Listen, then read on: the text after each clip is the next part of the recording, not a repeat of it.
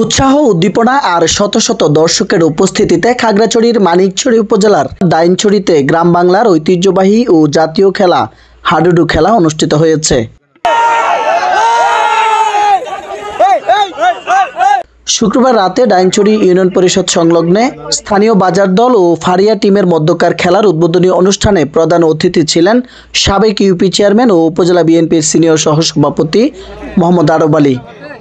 এই যুব সমাজ খেলাধুলা, প্রত্যেকটা বল খেলা, হাডুডু খেলা, যে কোনো খেলাধুলাতে যদি তারা ব্যস্ত থাকে তাহলে অসামাজিক কার্যকলাপ, ইয়াবা, মাদক বা যে কোনো অপরাধমূলক কর্মকাণ্ডে তারা বিরত থাকার একটা সুযোগ, আবার সাথে সাথে তাদের শারীরিক চর্চাও হয়।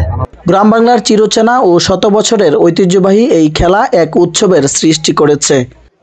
কাবাডি খেলাটা হলো বাংলাদেশের ঐতিহ্য খেলা, গ্রাম বাংলার ঐতিহ্য খেলা। এই খেলাটা হারিয়ে গেছে, এটা বাংলাদেশের জাতীয় খেলাও বটে। তা এই হারিয়ে যাওয়া খেলাটাকে পুনরুজ্জীবিত করার জন্য আসলে মূলত আমার এই উদ্যোগ। তা আমি চাইবো যে এই ধারাটা অব্যাহত থাকুক। আমাদের আজকের এই যে প্রধান অতিথি যেভাবে কথাগুলো বলছেন, আমরা চাই এইভাবে আরো বড় পরিসরে এইভাবে টুর্নামেন্ট গুলা হোক। এই হারিয়ে যাওয়া আমাদের ঐতিহ্য, গ্রাম বাংলার ঐতিহ্য, এই খেলাটা আবারও ফিরে আসুক। দর্শক ও আয়োজকদের পাশাপাশি কৌশল ও কসরতের এই খেলায় অংশ নিয়ে উচ্ছ্বাস প্রকাশ করেন খেলোয়াড়রাও। খুব আমাদের আনন্দ ভোগ লাগতেছে, নিজে অংশগ্রহণ করি, নিজে খেলাধুলা করি, এটা খুব আমি আনন্দিত।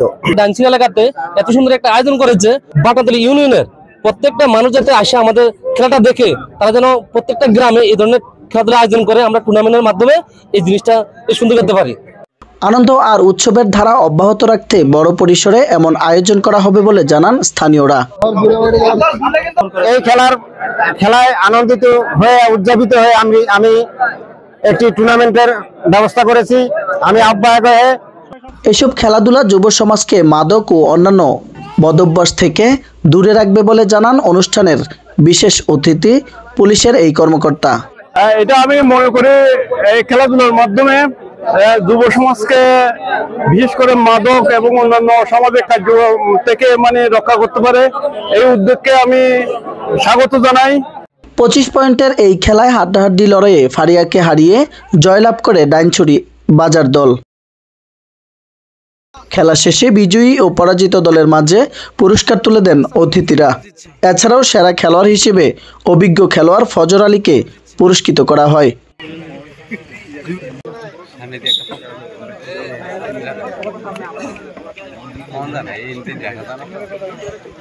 ডেস্ক নিউজ, মানিকছড়ি বার্তা।